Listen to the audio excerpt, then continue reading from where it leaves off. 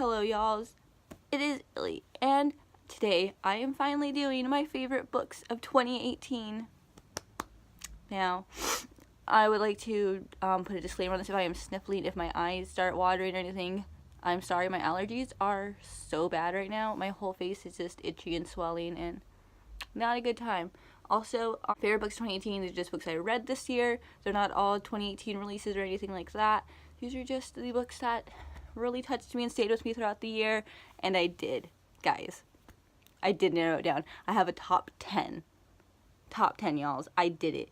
This was the hardest thing to do. Your boy did it. Your boy narrowed it down. Only top 10. Because I did read some really, really great books, but a lot of them weren't like new favorites. A lot of these I'm just like have stuck with me. I become trash for a lot of them. Let's just do it, I guess. Let's start with the honorable mentions. The first one that I'm going to do is the one that I don't have a physical copy of. That is Heartstopper by Alice Oseman. This is like a web, or it was originally a web comic. I know now she has it in like a physical form, like a bind up of so many volumes of it. I do not own it. I want to own it. I read this randomly. I think Kate mentioned it, and like I've always wanted to read Alice Oseman. I still haven't. I know. Someone please buy me her book so I can read all of them. But I just went onto this app, Tapas? I don't remember what it is. Basically, you can read it on there for free, and I read, like, I think there's like 500 pages of it when I first started reading it. Ooh, I became trash. Now, every time she updates, I am, like, on it, I am reading it, I am there the day. I'm, like, waiting for it.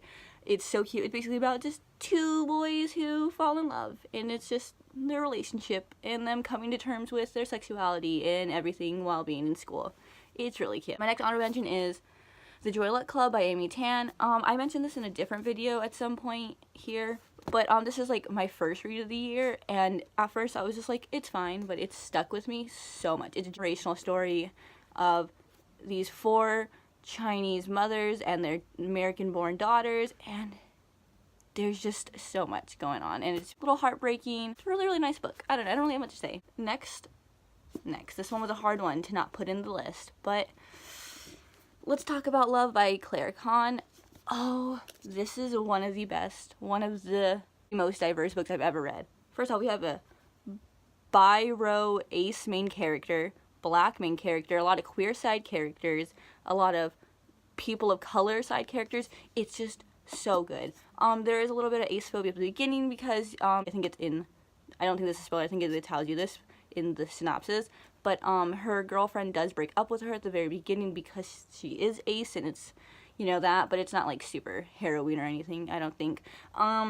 As a queer person of color, I fucking loved this. I think the rep was so well done, so great. It's obviously own voices with the black rep. I don't know if Claire Kahn is LGBT, where she identifies on that, but it is so good, and it's so cute, and I love it. And there's some just really cool topics to discuss, is like family, and the main character goes to therapy, and you hear a lot about that, and I think that's super cool to include in a YA book.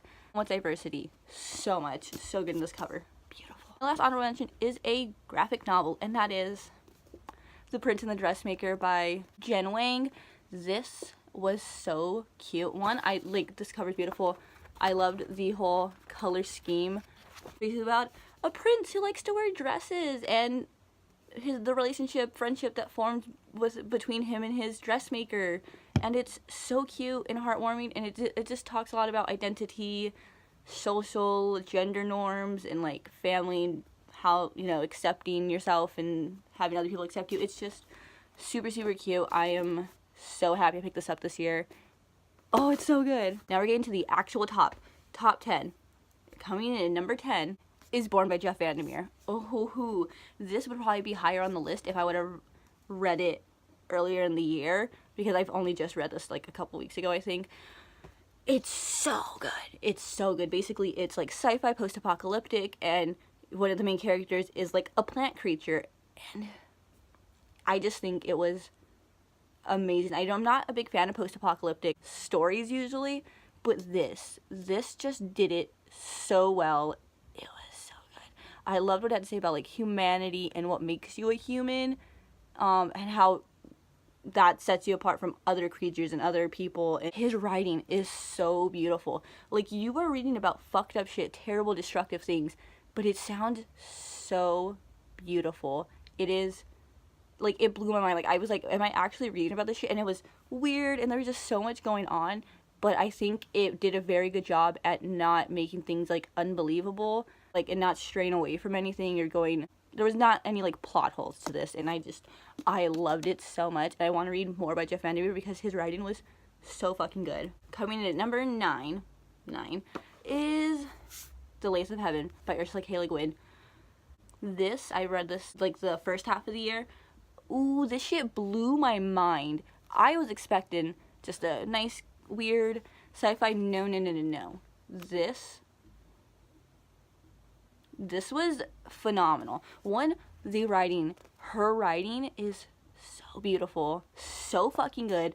It was weirder than I would have ever expected. I literally tabbed it up so much. There was just so many lines, and I think it just provoked a lot of, like, thought that other sci-fi books don't really do. Like, it's more like, oh my god, what if the world ended? Oh my god, what if this is there? Or things like that. This was, like, had a lot to say about, like, humanity, and, like, what if we could help the world like this, but then that means this. So it's, like, taking the good with the bad. This was just such a weird read, but it was so intriguing, and I wish I had read this, like, during school or something, so I could have wrote a million essays about it, because it was phenomenal, and it just made me think about so many things. And, like, what do you do for the greater good of humanity? Is that even the greater good if only so many people are benefiting? It was just so much. I loved it. Coming in at number 8 is Night Sky with Exit Wounds by Ocean Vuong. Ooh, this is a poetry collection. This is my first sort of dabble into modern poetry, and oh, let me tell you, this is on here. Okay, Ocean Vuong, I've known a lot about him. I believe they go by he, him pronouns. Yes, he goes by he, him pronouns. So, I know a lot about him because he is big LGBTQIA+, he's big name in that community, and obviously. So I was just intrigued to pick this up by him. I had never really heard anything bad about it, but this is, like, opened up a new floodgate where I just want to read so much modern poetry. But the thing is, I'm so scared too, because his writing style was so real and raw and honest, and, like, he used such harsh language, and I don't think most other poets don't really use that. They want to make everything flowery and beautiful and nice and, like, hide everything in these metaphors. No, this was just straight to the point, very honest. The language was just so graphic, and I don't know, it was just so beautiful. This really, really resonated with me. There was a few poems in here, or passages, that I just felt too deeply. And every so often there would be one where I would read it and I'd have to be like close it and then be like, and then go back and just reread it 100 million times just to absorb his beautiful words, because this was beautiful. I feel like everything was so, for being very raw and harsh, I feel like a lot of things were very subtle and deliberate in getting his point across, and this was so good. And number 7, Sorry to Disrupt the Peace by Patty Yumi Cottrell. This intrigued me for just Asian rep. I was very intrigued by that. This cover is also beautiful. I wish this wasn't here. But this story, I did not know much about the actual plot going into it. Basically, it is about this woman whose brother kills himself, and she goes back to their parents' home to kind of figure that out. But our main character, she is one of the most complex, weird, untrustworthy characters, because the whole time it's like, I'm gonna figure out what happened to my brother. Oh my god, he must have been crazy. He must have gone through this. She's the crazy one. She was so weird. Her life was just so crazy. Like, she didn't care about anything. She didn't care about herself. Also, there was some subtle LGBTQI little hints going on in there with her. It was just so beautiful.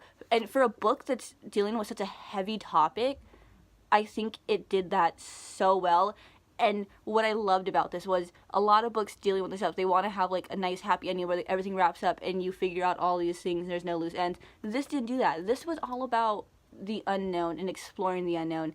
and coming to terms with you're not going to know everything going on in a person's life, in your own life, and sometimes that's okay. It's okay to not know everything, and I just really appreciated that. Coming in at number 6, we have Memoirs of a Geisha by Arthur Golden. Yes, I barely read this year. I have been wanting to read this for years. This is one of my mother's favorite stories, favorite books, favorite movies, everything. She loves this so much, and I'm like, I had always been intrigued, but I just never picked it up. But finally this year, I bought my own copy, and I just immediately read it. It's one of my most tabbed books ever. It low-key kind of pisses me off because it is written by a white man about a Japanese woman, but I mean, if you read the author's note, you know that the woman actually told her story to him so he could write it. So it's like kind of unvoiced, but this was so beautiful. The writing was stunning. But you were just so invested in her life, and this made me cry, made me laugh. There were so many moments in here, and so many things that it just, like, there were like the random lines in it that just made me think about things, and I don't know, it very much resonated very, very high with me. I don't know, I feel like I cannot talk about this book because I just get very emotional. I just want to gush about so many things. It was one of the most eye-opening, heartbreaking, but also beautiful books I've ever read, and this is going to be one that just sticks with me forever. And number 5 is Echo by Pam Munoz-Ryan. Oh my lord. This book was like written for a younger audience, like a children's book kind of, but oh my god, I think if you read this at any age, you will be blown away. You're going to be so invested in these characters, in everything that's going on. Also, can we talk about how beautiful this book is? I mean, basically, there's like a little magical element going on here with like a fairy tale that you hear about at the beginning, and you're following these 3 different children's lives during like World War II era-esque, I believe that's the proper time period. And these children are going through such difficult times. They are all intertwined because they all come across this like one magical-esque harmonica, and how that like changes their lives basically. And I just fell in love with the story. It is so magical. The writing is absolutely stunning. You want these kids to succeed. You want the best for them, and you just sit down. Like, it is a big hunker of a book, but it is a children's book, so it's easy to get through, but you just sit down and you cannot stop reading. You are so invested in this story. And the author is Hispanic, and the last character you read about is a Hispanic girl, and her story touched me. It felt so personal to me, and there was just a lot of elements in that made me love it so much, because I saw so much of my own story and my own life situations in that. And I went into this so blind. I knew nothing about the actual plot, and I think that's the best way to go into it. It is magical, it is beautiful, it is heartbreaking, and it just sat with me. I remember crying through a lot of this, and even at the end, because it was ending, and I just loved these characters so much, and you just want the best for these children, and I loved it. Now, we're at 4. My 4th book is The 7 Husbands of Evelyn Hugo by Taylor Jenkins Reid. I feel like a lot of people are going to have this in their top books this year, and they should.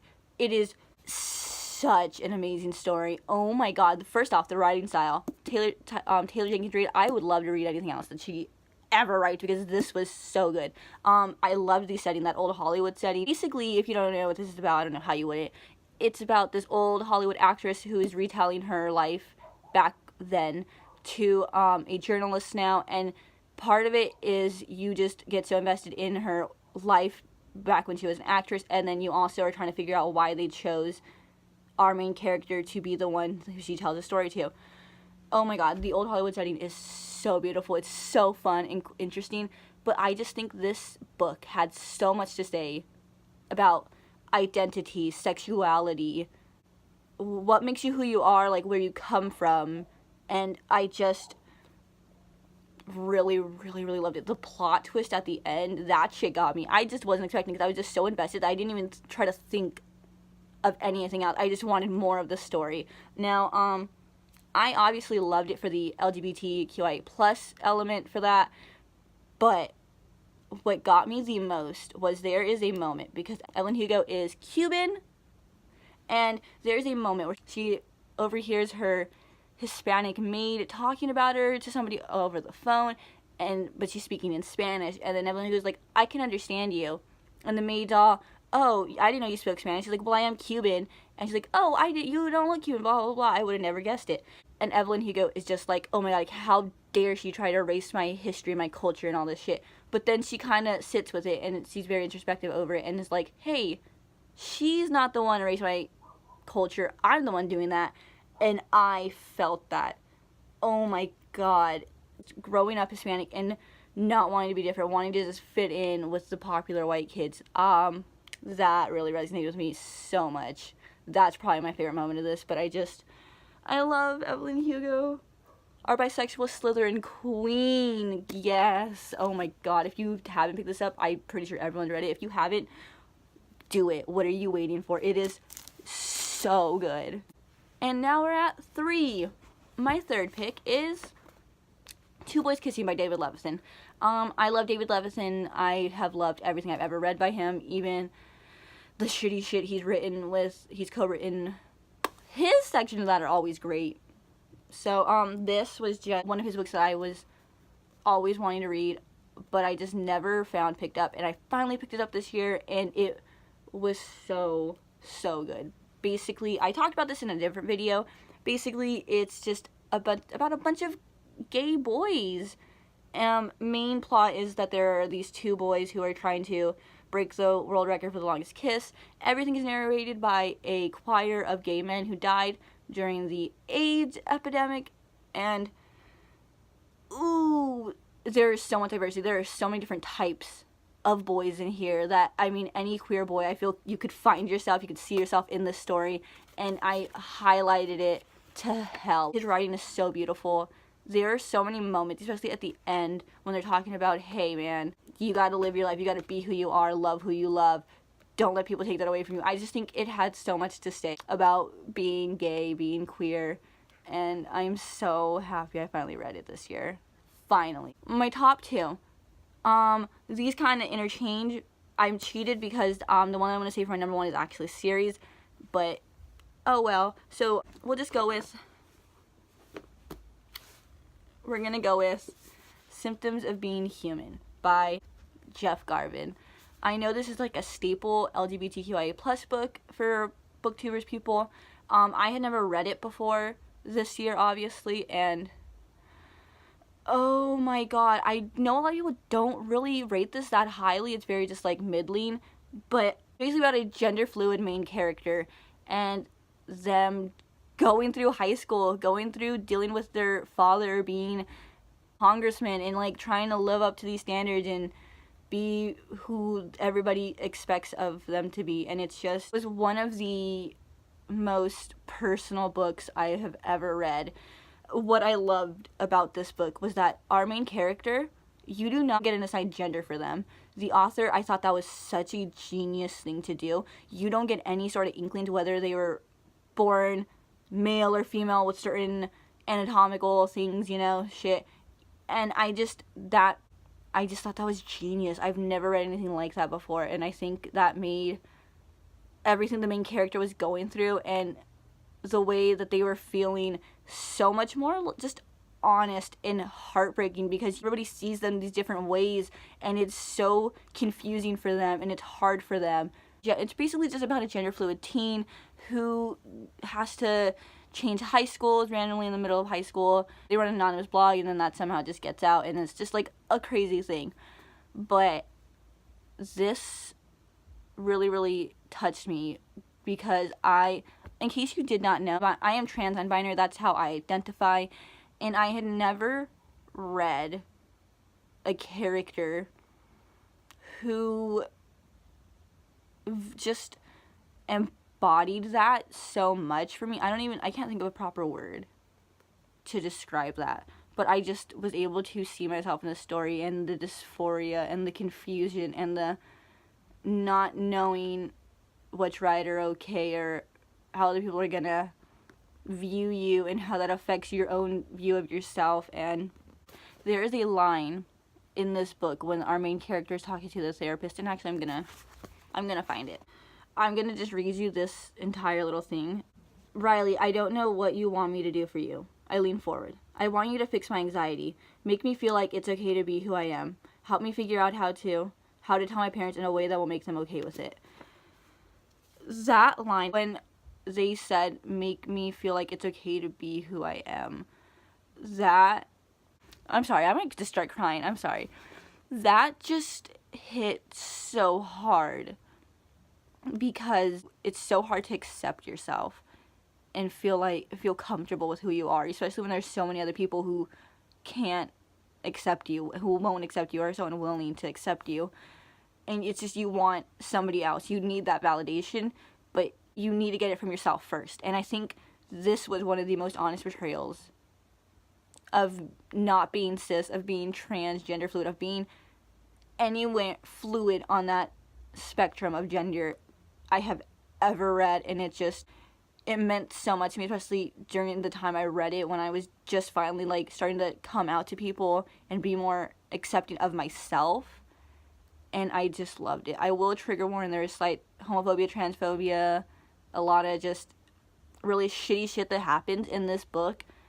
And it is a little hard to read and deal with, but it's nothing too graphic. There are some slurs thrown around, but it just wasn't there to be offensive. It was very, very just honest and real, and I really just loved this book so much. It means so much to me. It's one of my all-time favorites. I feel like I'm just going to reread this book every year.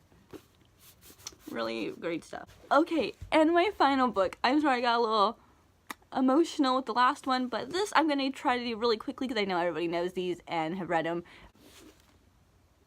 The Raven Cycle. Yes, I finally just read them this year. I'll hold up the first one. I had read the first one 2 or 3 years ago, and I just wasn't that impressed. I didn't really care. I wasn't too intrigued, and I just didn't continue with them. The main reason I picked this up was because I heard there was gay characters, and I go, hell yeah. So I'm halfway through reading this, and I go, which one's gay? And I didn't care. I just looked it up, and I was like, oh, it doesn't become canon until like book 4. Fuck it, I don't care anymore.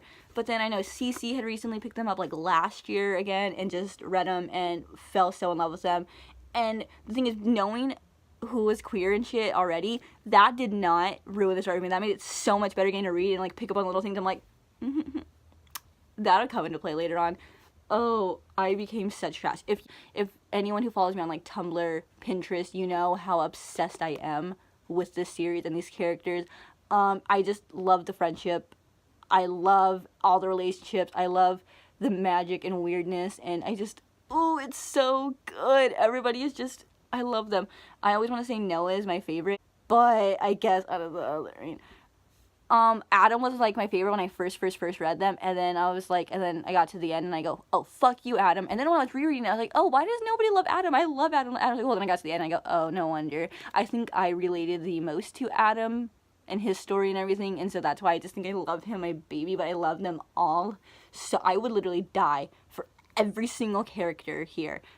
Let's go. I think my favorites go Blue Lily, Lily Blue, The Dream Thieves, The Raven Boys, and then The Raven King. I'm so trash for these. Literally, follow me on Pinterest, follow me on Tumblr, and just see my mess. I am obsessed. I love them. So fucking good. Alright guys, that's it for this video. I feel like this is so long and I rambled a lot and you probably didn't really get much. But these were just my favorite reads of the year. I read such great books. Like, these favorites are like all-time favorites now. A lot of them just were touched me, made me emotional, and I love them. There was a theme probably of a lot of queer, LGBTQIA+. Those are always my favorite books. I love them. So, please tell me what you read this year. Tell me what your favorite books were. Tell me if you read any of these, what you thought about any of them. I am so interested to see what people think about books that I just loved. Hopefully you love them too and we can just gush about them. Thanks for watching, guys. I love you all. And I hope your reading year was super, super great and you read really great books too that you can just like gush and love for the rest of your lives. Alright guys, bye!